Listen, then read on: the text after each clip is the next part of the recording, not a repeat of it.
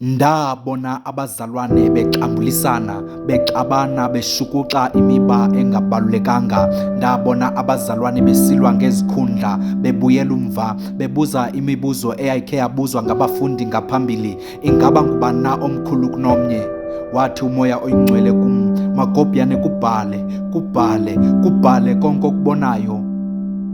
Ndaphinda ndabona izimvu zoluswe ngodyakalashe, ndaxineka, ndaxakeka ngengqondo, ndafuna ingaba ifuna ukuba yintoni na le nto. Yange ndiva izwi lisithi kum, zemke inkomo magwalandini.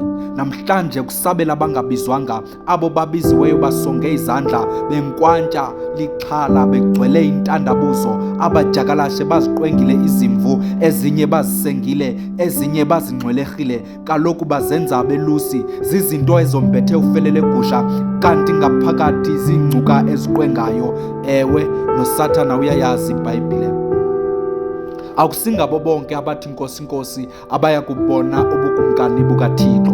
Kukhona abaya kuthi, sasingathanga na egameni lakho saprofetha? Isuke iphendule inkosi ithi, sukani phambi kwam ngoba andizange ndinazi. Abanye baya kuthi, gweba ngokufanelekileyo Nkosi, ngoba sivile asenza. Unendlebe nje unetyala.